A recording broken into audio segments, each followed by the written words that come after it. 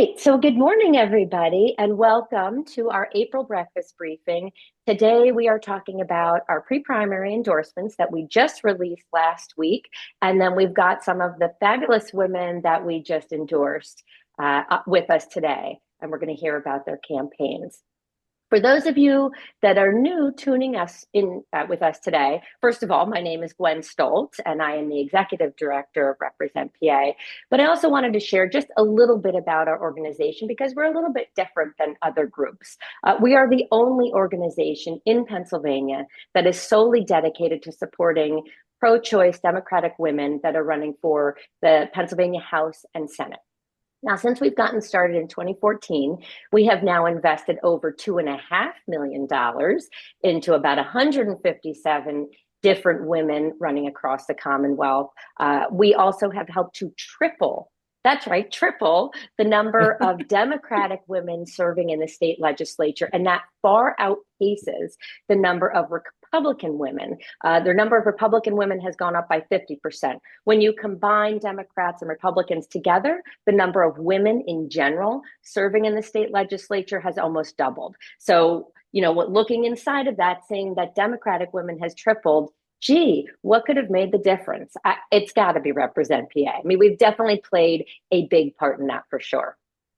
And, looking from sort of a bird's eye view, we have absolutely changed the conversation about what it means to be a woman running for the Pennsylvania General Assembly. Years ago, about a decade ago, it was really tough stepping up to run for office if you were a woman. There is research showing that women tend to have more difficulty raising funds. So people would say, I don't know. Well, with Represent PA investing steadily for over a decade now, we have helped overcome some of those barriers. And now we hope that when the caucuses see that a strong woman candidate is, raising their hand to run, they're saying, oh, good, Represent PA is going to come in and have their back. And that's really important. Okay. Gwen, let me just add one more note to Please that, do. is Yes. that this process has required that we spend more than $2 million. So the people on this call and all of our donors over that period of time have made this happen with their cash. We Yes. love you. Thank you. And for those of you that don't know, Pat is the chair of our executive committee and has been around since the beginning of Represent. So there would be no Represent PA without Pat. So And a thank lot of you. other women, just all of these women. Yay. Yes. That is, I mean, so true. None of what we do could happen without all of you here. Of course, we've got very exciting news to share out of all of the time that we put in and money that's been donated. We just released our biggest round of investments this early. And what I'm showing here on this slide is a map of the Commonwealth, sort of laying out where these endorsements are lying. And so just to give you some context, the coloring in the background indicates political lean. Red is obviously Republican. The darker red it is, the more Republican, blue being Democrat, and obviously darker blue is more Democratic. So you'll see we raise across the Commonwealth and we invest across the Commonwealth. And to get a little bit more background to that process, for those of you that don't already know, we have an application process where candidates apply, and then we have an endorsement committee, which actually consists of about 80 people. It ebbs and flows how many folks tend to engage in that process. And then, we review the applications and come up with, okay, this is our slate of endorsees. This round, in the pre-primary round, we are investing in 22 races or 22 women, and that is in addition to the 24, 25 incumbents that we already invested in. So when you combine those two rounds together, the December round and this round, we're already up to almost 400,000 this cycle. Now, looking a little, oh, what happened there? That is not where we want to be. Hold on a second. Let's go back. There we are. Okay. So putting some faces to these names. These are all of the candidates that we are investing in this round. They are listed here alphabetical by first name. It's no other order than that. I want to highlight a few things.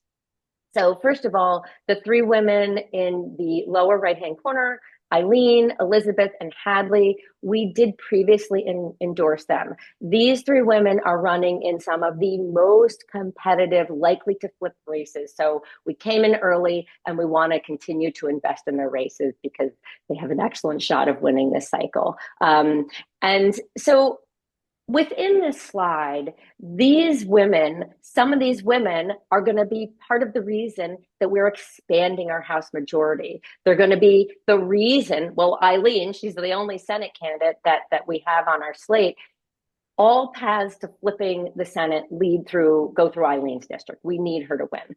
But so we've got what are considered tier one races. Those are the most likely to flip. Then we've got lean red, which I would say many of those are uniquely in play this cycle because of the political climate we're in. And then we've got women stepping up to run in, more challenging districts. And those women should not be overlooked. It's very important that we invest in those races as well. Some of those women may not win this cycle, but maybe they'll run again and they'll win next time. Maybe they'll go on to run for a different office with a different footprint and they will win. And this experience of running this race is going to be the reason they win next time. Maybe they're going to run a really robust, engaging campaign and they're going to bring new volunteers in. And those now Democrats brought into the fold are going to volunteer next time. Maybe they're going to step up to run. So it's very important. We feel it represents that we're continuing to, encourage more women to step up to run, not just in the most flippable districts,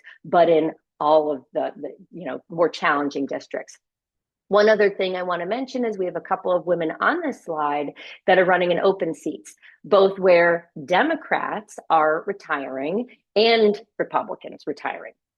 And then, this question mark, you're probably wondering, why is there a question mark there? Okay, so this is a very interesting situation. In House District 120 in Luzerne County, there are two pro-choice Democratic women that are running. They both applied for endorsement. They both previously ran for this seat in 120 and both received endorsement from us previously. What are the chances of that? So, the endorsement committee decided there are these two wonderful women. We've supported them both before. We're going to hold off. We're going to see who the winner is after the primary, but we have money set aside for whoever the winner is to be released immediately after the primary so that they don't have to wait for our next round in June or July. Okay, on the next slide, I just very quickly, before we get to hear from these candidates, wanted to give a little bit of little more information on who we're hearing from today. And I am delighted that we are hearing from 6 fabulous women. So first, we're going to be hearing from Eileen, who I already mentioned, is running in Senate District 6 in Bucks County. That's where I am. While Eileen was previously endorsed in January, she hasn't been on a breakfast briefing since that endorsement. And because her race is so critical in flipping the Senate, I really wanted to hear from her again. She is running against Frank Ferry, who's a Republican incumbent. And Eileen, correct me if I'm wrong, but this is the first time Ferry is seeking re-election. So this is really the time to beat him. Eileen is a wonderful candidate. She currently is the Bucks County Clerk of Courts. She previously served as Warrington supervisor. Professionally, she's a social worker, and I'm sure she'll tell you more about her background. We're then going to hear from Kristen Egan, who is also running in Bucks County in House District 142. And Kristen's district is nested within Eileen's district, so within Senate District 6. 142 is one of the top targeted races this cycle on the House side. She is running against Representative Hogan, Republican incumbent. This was a heartbreaker in 22. When the lines were redrawn, we lost this district so narrowly. I mean, I don't know if it was 100 votes, less than 100 votes, very few votes. This is the cycle to definitely get this seat. Kristen, also another wonderful candidate. She serves on the Chamonix School Board. She's a school teacher. She's a union officer. She was a former chief negotiator for her union. So we'll hear from her after Eileen. Then we're going to hear from Brittany Blome, who is joining us from the other side of the state, the wonders of Zoom. I love that we're able to do this. And Brittany is running in a really critical seat. So a Democratic incumbent is retiring, Anita Kulik. She is finishing out her term, so there won't be a special election, but we need to hold this seat in order to keep our majority. Brittany has a primary, and she has a primary against a man that holds local office, and he has been endorsed several times by a pro-life group. We need Brittany to win. We were very excited to endorse her. She's a wonderful candidate. She's a lawyer. She grew up in a working class union family. She needs our help now because her whole race is the primary. So you'll hear from her. Then Sarah Egerton. Some of you may recognize Sarah's name because she's run previously. She knows what she's doing. She ran in 22 and then 24, I feel like was a difficult year for everyone. So 26, this is the year to do it. She's running in Cumberland County in District 88. And this is an open seat, but is a Republican that is retiring. This is our shot to pick the seat up. Sarah currently serves on Mechanicsburg Borough Council. She also is a social worker, a hospice administrator, and she's going to win this time. And then we have Jessica McClay, who is running in House District 121 in Luzerne County, another must-hold seat. So like 45, this is a Democrat incumbent that is retiring, finishing out their term, so no special election. Eddie Day Pashinsky retired there. Jessica serves on Wilkes-Barre Borough Council. She is the first in her family to earn a college degree and has been a very active community volunteer. Unlike 45, the thoughts are, and Jessica can certainly elaborate more on this, that she's going to continue to need support beyond the primary. It is not thought that the whole race in that district, despite it being certainly a lean blue, there's going to be a $1-2 million budget in that race, as opposed to things sort of wrapped up after the primary. But we'll see. And then we're going to hear from Margaret Burke, who another wonderful candidate running in House District 147 in Montgomery County. So Margaret is running in what would be considered more of a lean red district. This is a district that, because of the climate we're in, this district's in play. And Margaret, if anybody's going to win it, it's going to be Margaret. She is working her tail off. I see her all over the place. She's running against Republican incumbent Sharon. She has a PhD in research biology and an MBA, and she has a special needs son that she has, through lived experience, had to learn how to advocate for, and then has taken those experiences and has been helping other families. So with that, here's how the run of show is going to go. I am going to stop sharing my screen. We will hear from all 6 of the candidates. I'll try and keep us on time a little bit here. And then I ask that we hold our questions until the end, and that's just to make sure we actually get to hear from all the candidates. If we kind of go down the rabbit hole with questions for one particular candidate, we may run out of time. So, you can put your questions in the chat or raise your hand when we are done hearing from all the candidates. And I think there are also other candidates on today that are not here, and if we have time, maybe they can unmute and say hi to everybody. But with that, let's stop sharing. All right. So with that, we will start with Eileen, if you're ready to go. I sure am. And thank you so much, Gwen, and keep me on time because I know there's a lot of folks that we want to hear from. So I'm Eileen Hartnett Albiar, and I'm running for the state Senate in District 6. I am so appreciative of Represent PA and all of you who are here and who support Represent. Represent was my first organizational endorsement and my biggest backer thus far. And that is so important to me because of who I am and what I believe in and the values I'm bringing to this race. So I'm running for the state Senate in Senate District 6. And in the state Senate, we are 3 seats away from having the majority. We have 23 Democrats and there are 27 Republicans. So if we can hold everything we have and pick up 3, we will finally have a majority. That hasn't been done in more than 30 years. And so this is the year to do it. We have a lot of momentum that we're building on. And this is the year to do it. And I'm the candidate to do it. I'm looking forward to flipping this district. There's also not been a Democrat in the seat where I'm running for more than 30 years, and there has never been a woman state senator from District 6. So there's a lot of things that we can accomplish this year, and I could not do it without the support of Represent PA. I appreciate you all. I'm a social worker by profession, as Gwen mentioned, and so my career has been spent listening and advocating and problem solving with families, with working families, with veterans, with seniors. And I'm running because I want to protect access to housing, affordable housing, and expand that. Because I've sat with families and homeless veterans who are desperate to find a safe place to put their head down at night. So that's something, the experience that I want to bring to the state Senate, because there are legislators who don't understand the impact of the policy they're making on local families. And I want to give a shout out to Sarah, who I haven't had a chance to meet yet, but social workers running for office are my favorite thing. So, so glad to have you running, Sarah, as well for the House. Um, I'm running to increase the minimum wage. There are great bills coming out of the House because we do have a one-seat majority, which we are going to strengthen this year, but they're just going to sit in the state Senate. They're going to languish there and not get anything done. Once we have that majority next year, we'll be able to push those things through. Having been working with families, working families who are putting together 2, 3, 4 jobs just to have enough to pay their rent and put food on the table, they deserve a livable wage. Everyone should have access to a livable wage. And in Pennsylvania, we have a minimum wage of $7.25, which is frankly embarrassing. Our neighbors in other states have all raised their minimum wage, and we're losing folks in our economy working here to go other places to have a better wage.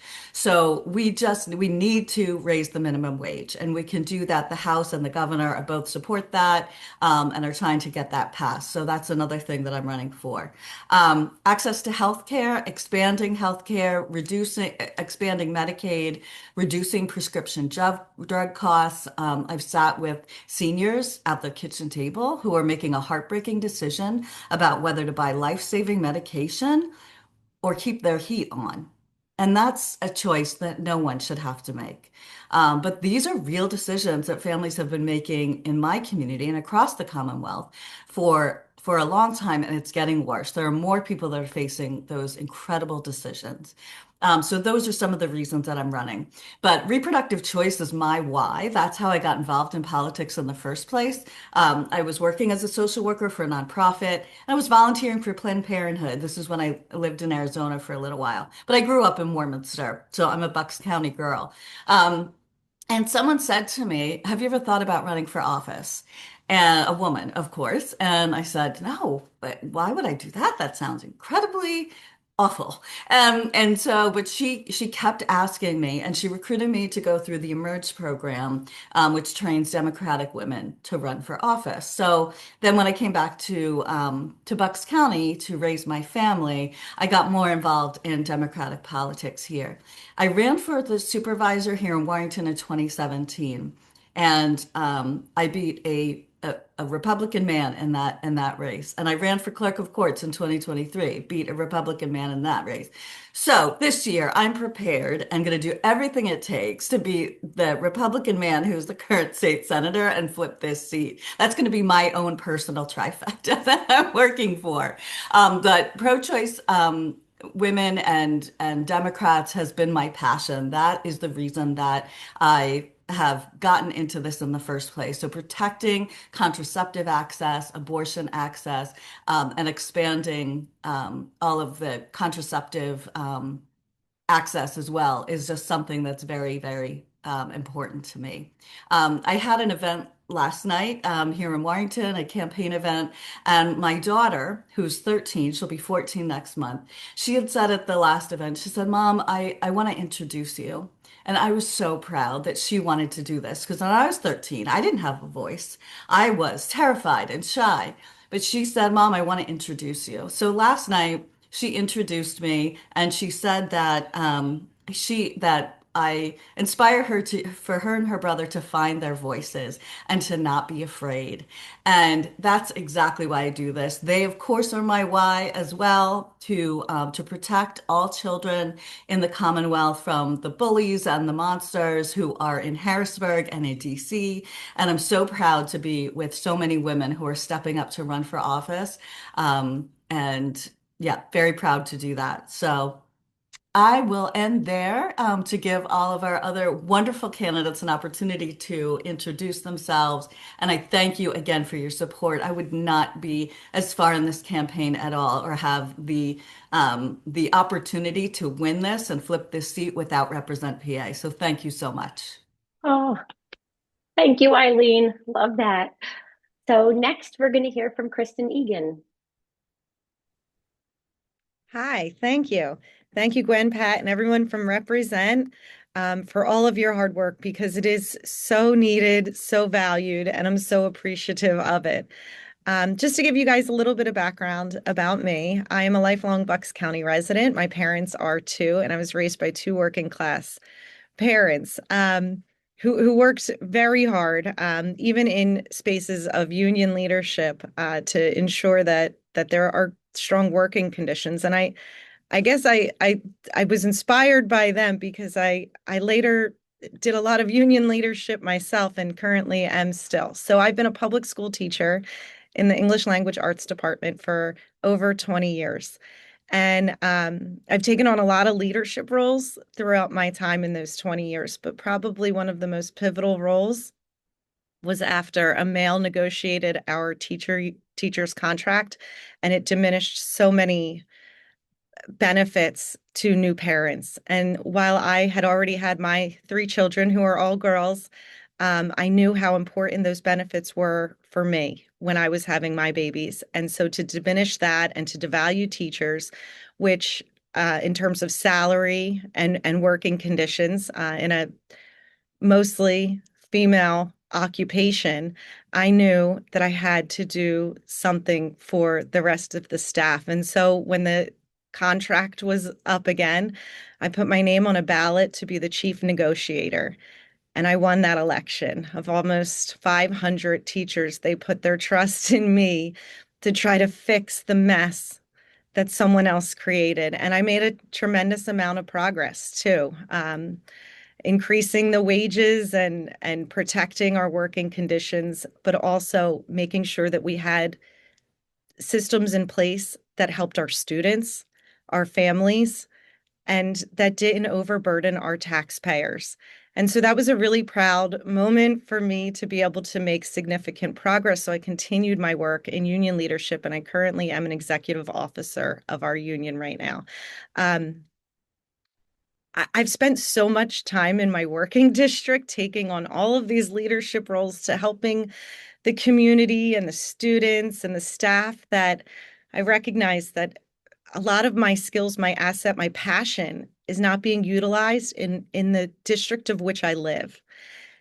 And so I wanted to do more for my community, and I stepped up as a school board director. And so I put my name on a ballot again, and I won that election as well. And so now I'm working stronger and more for the residents of which I live. And as Gwen said, this is a tier 1 race. This is a highly flippable race, and it is difficult for women to run in these positions.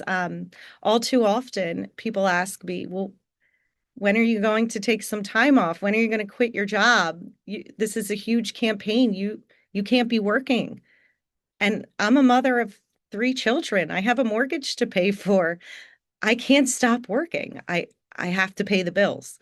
My oldest is in 9th grade. My middle child is in middle school. She's in 5th grade, and my youngest is in 3rd grade. I have little girls. And like Eileen said, of like the why too, they're a huge part of my why as well. I remember in 2022 when my oldest was, I guess, in 5th grade, and not recognizing how much she was taking in worldly things. And when Roe versus Wade was overturned in the Supreme Court, I found her crying in her room. That and the Ukraine war. And I was like, you're in 5th grade. You shouldn't be thinking about this. Like, what are you looking at? What are you watching? And she was deeply upset in 5th grade that her rights could be taken away. So there's so much, that there's so much work to do to empower women and to get women in these spaces. We're dealing with significant crisis in public education. And in my working district, only 2 weeks ago, 20% of my school was furloughed. And they just made it all public now. So now I feel like I can talk about it on the public board docs. But one position was a 22 veteran union member, a librarian, a single mother. 22 years invested, and her position was cut. They cut all the library services, guidance counselors, English teachers, special ed teachers. The list goes on, and it's happening throughout our entire county. It's happening throughout our entire state. And we have to do something in Harrisburg to fix this funding model. And I'm prepared to do that and go through every legislation I can to support our public education, our women's health care. I signed on when I think Elizabeth Moore was talking about small businesses. I also own a small business. My husband owns an HVAC business, so I know all about the local economy, and I manage all the budget and the taxes and the finances. I have so many hats right now, managing different spaces and experiences that,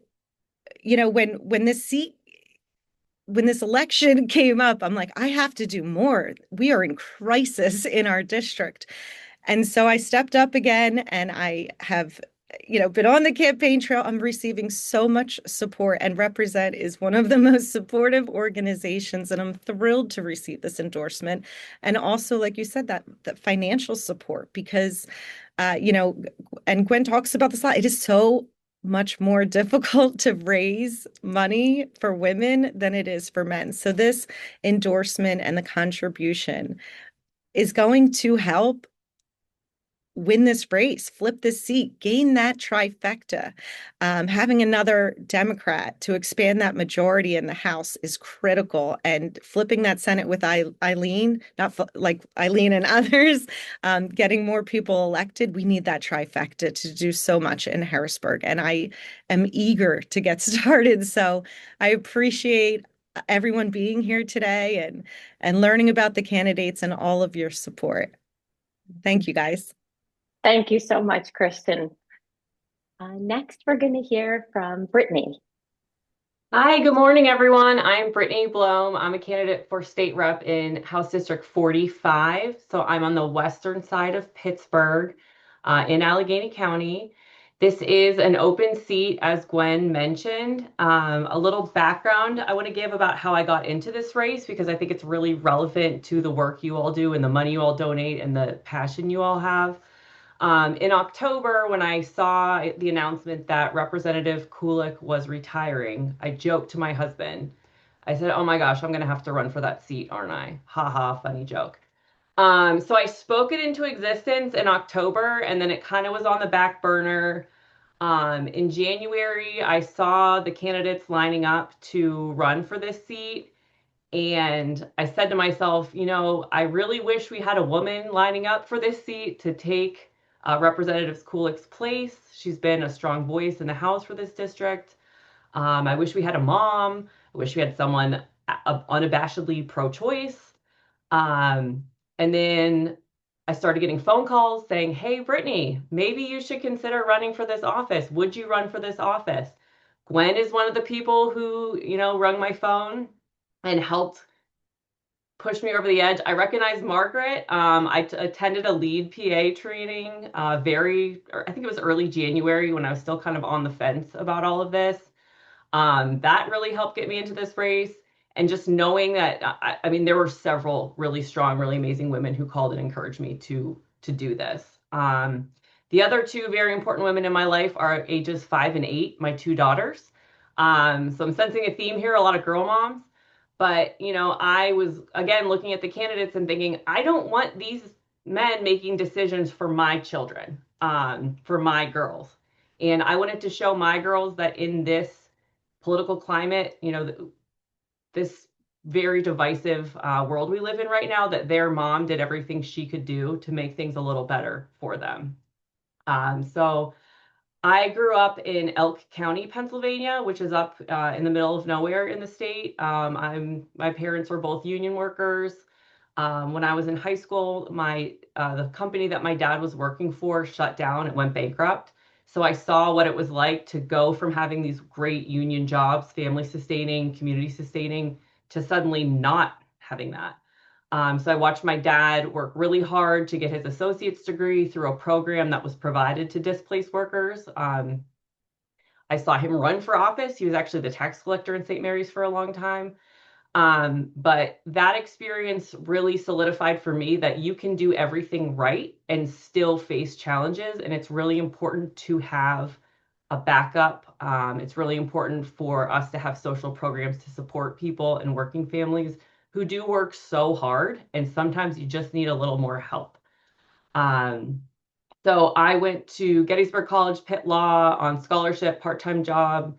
My parents helped me a little bit with college. I mean, they were so encouraging. They're so wonderful, and helped me financially in college. But law school I did on my own. I've been working since I was like 15. I don't know. So I am an attorney by trade. Most recently, I focus on land use law, which actually puts me in front of local governments quite a bit, local government boards, working with boards to get things done.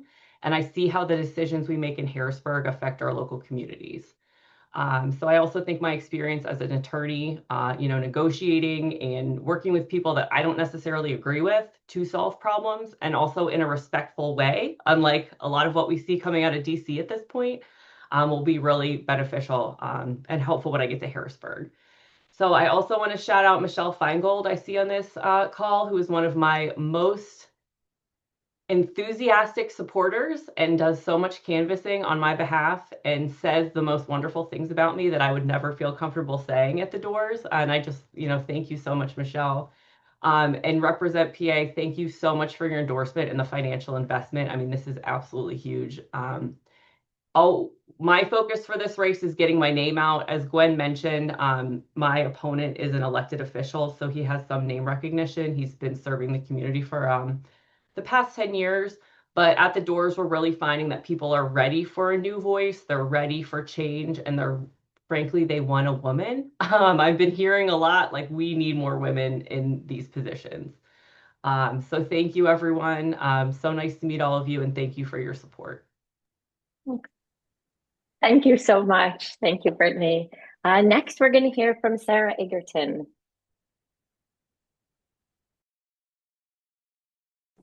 I guess I have to take myself off of mute. Hello, everyone. How are you? This is my third race and 3 times the charm, right? So we're going to win in the 88th House District. And I'm excited to hear another social worker running. It's important. I think social workers represent a huge population, and we know so much about the working class family and the struggles of everyday life. So shout out to social workers running. The 88th has presented a huge opportunity for us. I am excited to know that this is an open seat. We have laid the groundwork for a takeover. And with grabbing the 88th House seat, this will be not only a strength to our majority, but we'll be able to help secure the majority in the future, because we're not going to let that seat go. My skills that I've developed over the last couple of years on Borough Council have been, helping our neighbors, making sure that we're focused on, making the community better. And I'm focused on continuing to make that community better in the state by staying focused on the things that really matter to our families. And I think that, it's easy for us to recognize how hard it is out there for our families. So easy for us to recognize how hard it is for our kids that are growing up. My 20-year-old right now struggling with becoming an adult, struggling to find her way, struggling to find a path that makes sense for her. And we need to do better. And I know that with Represent PA, you guys have invested so much in women. And I'm always so proud when I receive the endorsement, because women can change the world, and we can change Pennsylvania, and we can do it together. And I can't wait to serve with everyone here, because we're going to make legislation that affects schools, that affects the working families, that affects daycare, that really changes the lives of our neighbors. And that's the most important thing that we can do. We have to stay focused.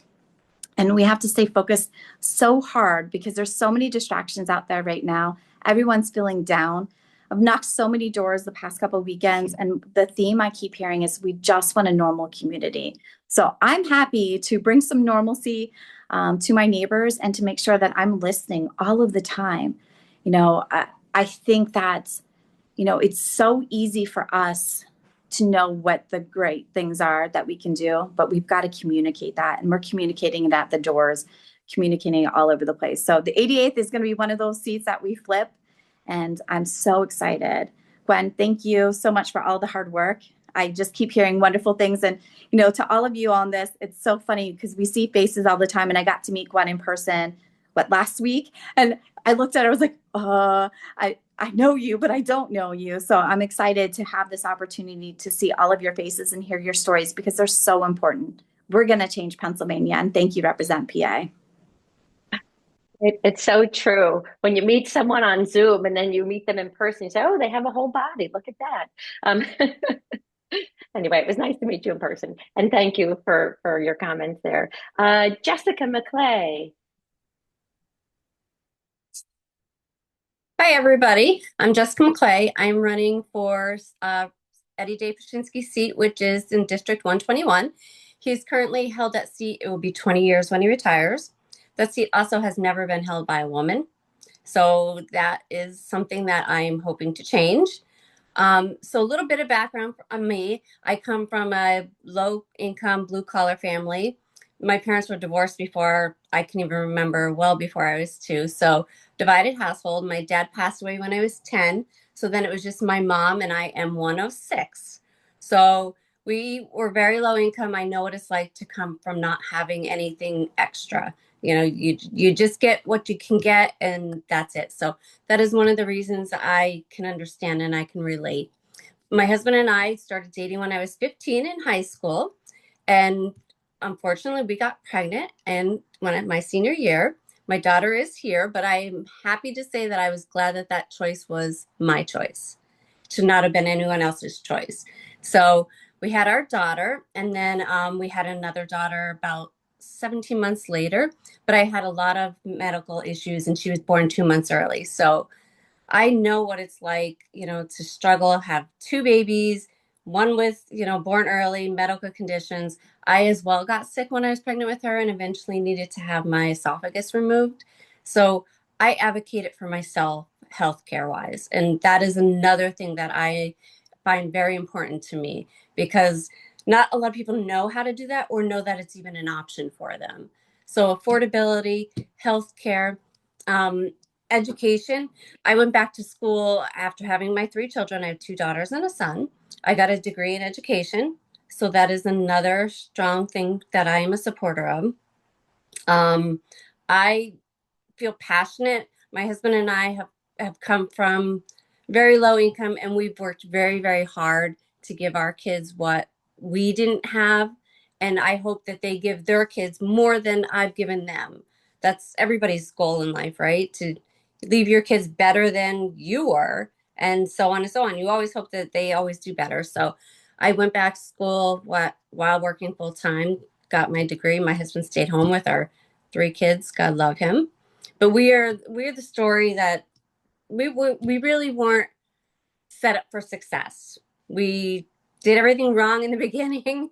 We turned it around. We worked together. We worked hard. So I understand what it's like to struggle, whether you pay your light bill or you feed your babies. So I get where everybody comes from. I can relate. And I think that's why I am perfect for this seat.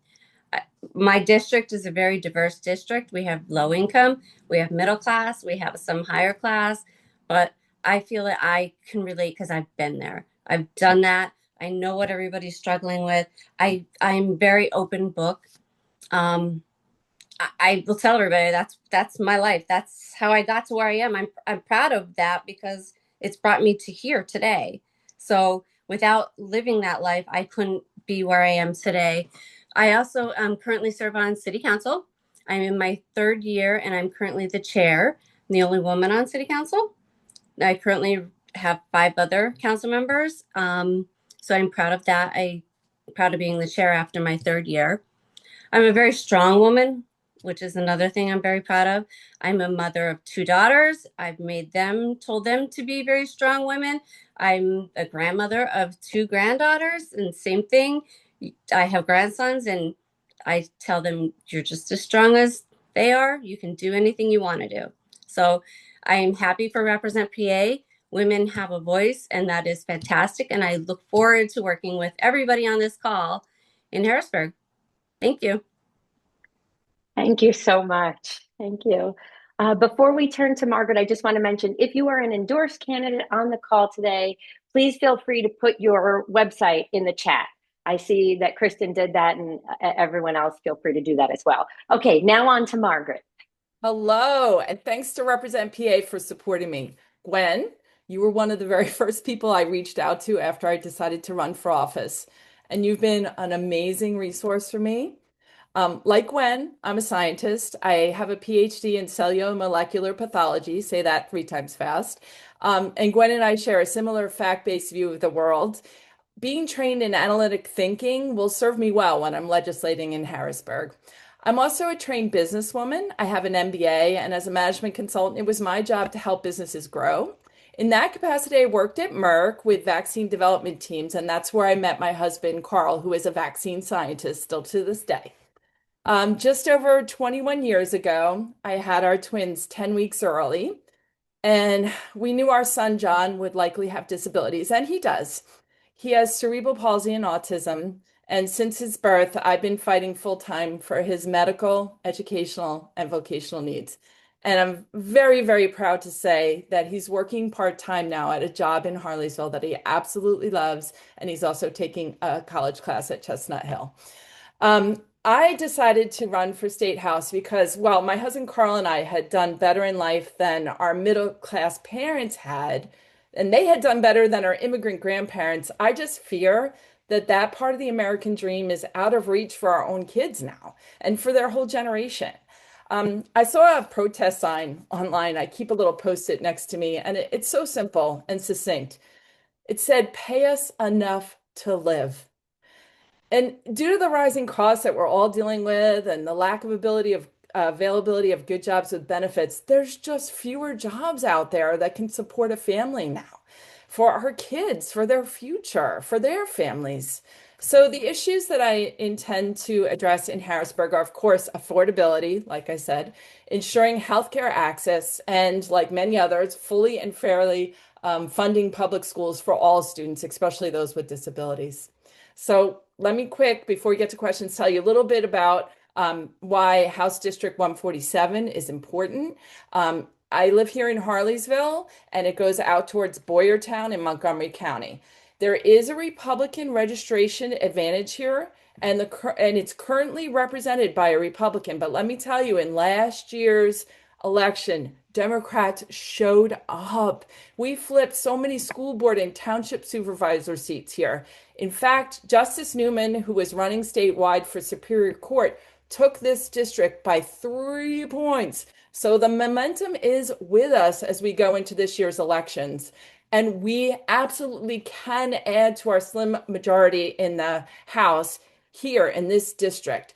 But also, importantly, most of this House district overlaps with a key Pennsylvania Senate flip target. So I'll not only work hard to flip this seat, the 147, I'll work hard to get our shared voters out for Chris Thomas, as I know he's going to flip the 24th Senate seat here this November. And I know my fellow Pennsylvania supported candidate Eileen Albilar and my friend is going to flip Senate District 6 too, so we can gain control of the Pennsylvania State Senate, and I'm going to say get stuff done legislatively in Pennsylvania. We're going to get it done. So Represent PA's early financial support will be key to my campaign success. And I thank you for being in this fight with me. And I thank every single person on this call for your past donations to Represent PA. And I must ask you, everyone, to keep donating if you are able, so that Represent can continue to support me and all the other amazing women who are running this year. You guys, you so impressed me today. Hit it out of the park. We're going to take it in November. Thank you, Gwen. Thank you. Thank you. Wow. I don't know about all of you guys. I mean, it's amazing to hear 6 different women, 6 different backgrounds. I really hope you guys are all in Harrisburg next year, because I would just amazing. Okay, next up, question. So I think Christine Jacobs had a question. if you're Chris, if you don't know Chris, she's the executive director emerita, really helped co-found Represent PA. Do you have a question that you want to ask? How expensive are these races? When we first started, when Represent started 14 years ago or whatever, you could get a race for, state house race for $1 million. You could get a state Senate seat for $2 million. And they had a lot less focus. So, our small amounts of money were good.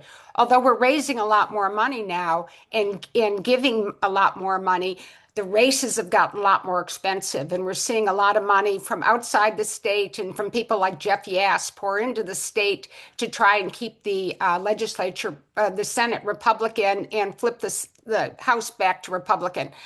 So how expensive are your races, and how valuable is early money? I can start with that. And thank you for this question, Christine. And I put some information in the chat too. But my race for the state Senate is going to cost upwards from $6 million to $7 million just on my side this year, which, like I said, is an absurd amount for a state Senate race. But they know how vulnerable my opponent is. He's a first-term state senator as well. And so they're going to put a lot of time and money and resources into trying to keep that. So I have to fight back harder and raise more money than him to be able to flip this seat. And so the early money from Represent is so critical because if you know Emily's list, and my daughter's name is Emily too, which is no mistake because early money is like yeast, right? It makes dough rise.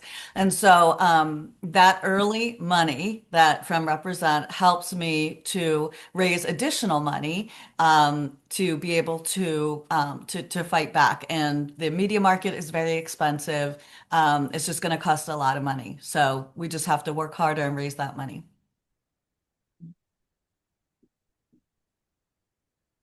Oh yeah, go Kristen.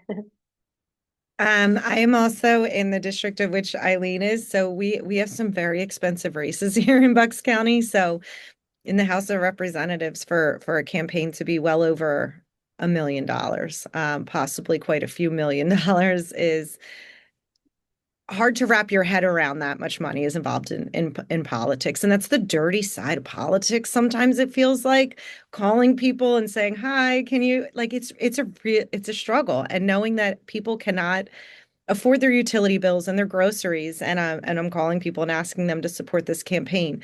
Now, the good news is people want to support the campaign. So like Eileen, there's not a single female representing my district right now. This from the lowest level to the highest level. And I remember speaking this at the Represent event, but our school board president is a Republican male. Our state rep is a Republican male. Our state senator is a Republican male. Our congressman's a Republican male. And then, our governor, thank God, is a Democratic male, but we have to get women in these spaces. And so there is a lot of energy right now in Bucks County and in our districts for putting a woman in this space, but it is expensive and it is a lot of money. And it's no wonder why women struggle to step up in these positions, because they're doing so much as it is, especially mothers and those who are still working to then, sign up for this and knowing how expensive it is. It's so encouraging to continue this race with the support of Represent, but it is expensive to answer your question. Well over $1 million in my race too. Does anyone else want to share? I think I'd like to say something about does a little bit of money matter? Yes, it does. So in these big races, yes, we have to raise a lot of money, and in the tier 2 races, it's a little bit harder to raise money. But let me tell you, there's been some special elections. I believe it's the one in Mar-a-Lago where in his own backyard, the Democrat flipped that seat. And I believe that she was well outraised. So there is a certain level of money that we need to have in order to just function. And so that does matter. The money that I get from Represent is going to make a difference. And in some cases, when they raise a ton of money, it's not necessarily going to matter that I don't raise as much. I just need to raise enough to contact voters, and I appreciate it. And to Pat's point, I don't know if everyone saw the comment. we did just empty the bank account. We raise money, we don't hold on to it.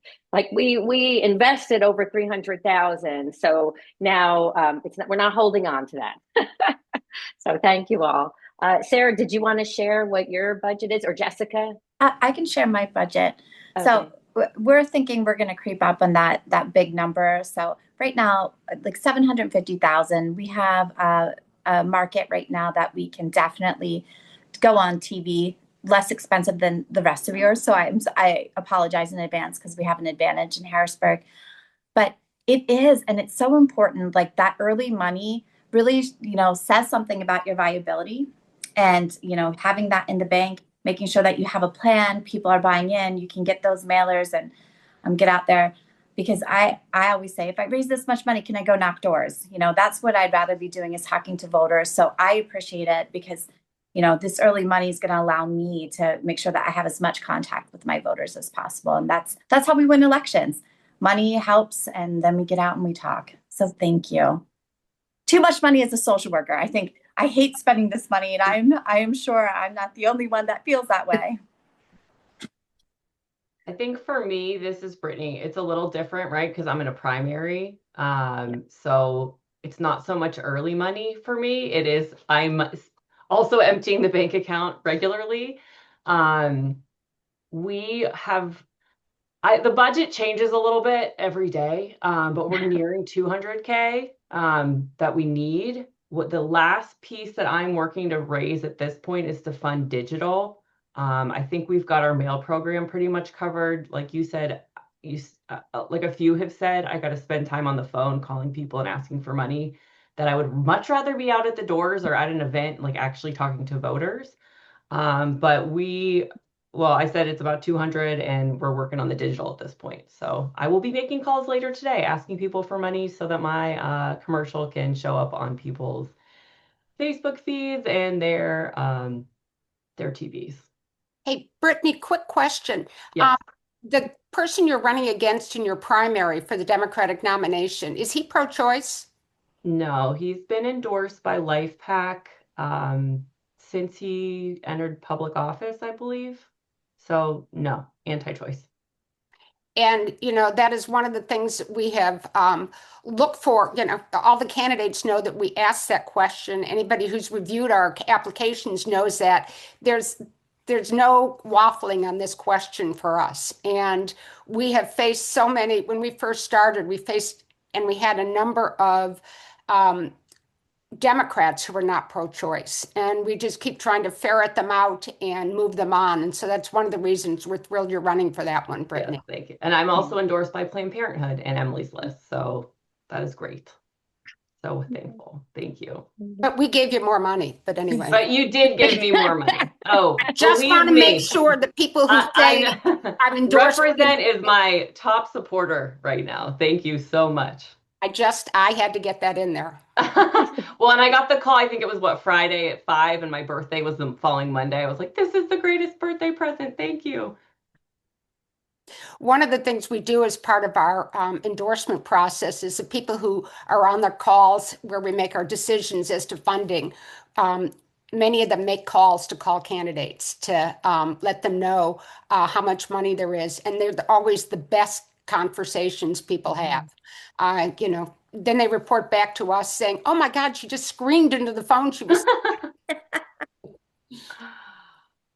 Jessica, did you want to share what your budget is? Sure. Yeah. So I as well have a primary against a male. So I will be spending what I currently have to get through the primary, but we're anticipating the primary should probably be between 40 and 60,000, which coming from low income families, that's a lot of money. But the anticipated for the general is going to be probably 1.5 to 2 million. The opponent in the general is he comes from a very influential background. His dad was a heart surgeon. His mom was a CEO of a health insurance company. So he's got a lot of backing and a lot of money that he's already started putting in, and he's already campaigning, and he's already got signs out. So he's getting out way ahead of. So I feel like right at this point I'm running my primary and my general race together because he's already out there campaigning. So I am working hard. We will spend whatever we have to get through the primaries so that we can secure the seat. Thank you. I see. I know we're almost out of time. I just want to mention we do have a few other endorsed candidates on the call. Elizabeth Morrow, thank you so much. She's running in one of the top targeted races. She's going to flip it. She's running in, it's parts of Chester. I always get it mixed up. Chester and Delco, the Thank you. 160th. So thank you everybody for all you do to help us. It really, it makes our job of being out there with the public possible. So thank you very much. Thank you. And Cherry Rogers, also from the other side of the state, is on running in District 58. Is that right? Yes, that's 58. I actually would be the first woman to hold the seat. And if we flip this, that keeps him from his pension. So he kind of karma's coming. But, Madeline, yeah, I couldn't do this without Represent PA. Not at all. Cherry's another one that's everywhere. When we were out there, I was out there in the fall and was at an event, and I just got I could tell you're a worker. Madeline Alvarino running in, you'll have to correct me, is it 13? House District 13? Oh, you're on mute. There you go. Yes, House District 13. Is that a terrible echo just for me? A little bit. That's all right. But Okay. Thanks for being on. I am so thrilled to be joining this amazing group of women. Thank you. Thank you. And let's see, earlier we had, I think Kellyanne was on, but I'm not sure if she's still here. Kellyanne, are you still on? I'm not seeing her. Maybe not. All right. So with that, I am just going to very quickly wrap. I want to, in like 60 seconds. I couldn't get myself off mute quick enough and my camera. Oh, good. Okay. And you're running in, remind us of your district. I'm running in District 39, which is Allegheny County with a portion of Washington as well. And just like Cherry, in the general, I would be the first woman to hold this seat. It was a blue seat, and we're ready to flip it back, to a blue and a blue woman. And this early investment is incredible because I also have a primary opponent who is a male, and this has helped tremendous. Just like Brittany said, when I got that call on Friday, I was ecstatic, and it's, absolutely, we were worried about getting that mailer out, and it came through. And so I appreciate Represent. I sat in on all the briefings the last cycle, and this is such a good source of information as well. So thank you to Represent and all you other women who are running. Thank you. Thank you so much. Okay, very quickly, I'm going to share my screen here. Thank you all so much for joining us this morning. We can't do any of this work without you. It is definitely a group effort. I hope you will join us next month. We have a really special briefing, and take note of the time change. It is at noon because our guest speaker, Dr. Rachel Bittkoffer, will be joining us from the West Coast. So to avoid her having to get up at 5 in the morning, we're going to have this at noon. And Christine Jacobs, who was on today, and many of you know her, really is Represent PA, co-founded Represent PA, and served as the executive director for over 10 years and really got us to where we are. She's going to be hosting that. So Rachel is an author and wrote a book called Hit 'em Where It Hurts. I'll be sending out, even in the wrap up, there'll be a link so that you can sign up for that. And then very quickly, because I want to keep us on time, I just want to share a few ways that you can stay involved. As I mentioned, and many others mentioned, we thank you. We can't do this without you. We did recently empty the bank account. These women need us. They need us to keep showing up for them. So we just released these investments now, and now we're building up the coffer, so to speak, to do another investment round in June and July. This round and the next round are the most important rounds for us to invest in because they still fall under that bucket of early money. What does that early money allow candidates to do? This is when they're hiring staff. Can the candidate have a campaign manager if they don't already have one? Can they have field staff? The field staff they're able to hire are going to be able to train more volunteers, get more people out talking and at the doors. It's going to allow the candidates to come up with a plan and budget for how they're going to get their message out. You know, money is great at any time, right? You get a check in September, of course, you're happy. But as you get later in September into October, you're kind of boxed into what you can do with that money. You need time to figure out how you're going to spend it. Maybe you can send an extra mailer to buy some extra digital buys, but we want the candidates to get their money now so that we have a longer lasting impact. Ways you can help us do that. You know, go to our website, share our website. And actually, if you know anybody that knows how to use WordPress, please connect them to me because we are looking for help with our website. Attend breakfast briefings. If you have an idea that you think would be an interesting topic, please share that with us. We're always looking for new ideas. You know, they're free to attend. You don't have to leave your house. You know, you can be in your pajamas. You don't have to turn your camera on. Attend an event. We have in-person events, or host an event.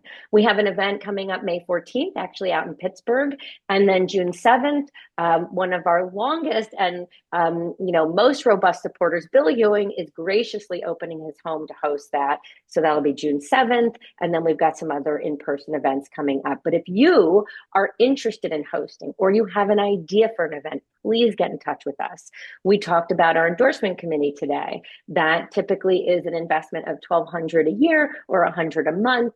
And you can join the endorsement committee and then be part of reviewing the applications, helping us to decide these spending allocations. Join our mailing list. I will say, for whoever is still on the call, we have had some email deliverability issues. If you feel you haven't been receiving emails, check your promotion box or your spam box. We are taking a little bit of a change in our approach to where we are going to be sending fewer emails with more engaging or robust content. I'll just put it that way. So, but you can certainly help us by checking your promotion file if you think you're not getting them, because what happens is if they land there, they don't get open, and then you kind of fall off of our mailing list, and it's sort of a constant struggle we're having. Social media, follow us on social media. We have a brand new social media volunteer who's going to be rolling out individual profiles for all of our endorsed candidates. And last but certainly not least, donate. We can't do this work without you. And with that, thank you all so much again for being here, and hope to talk to you all soon. Have a great rest of your day.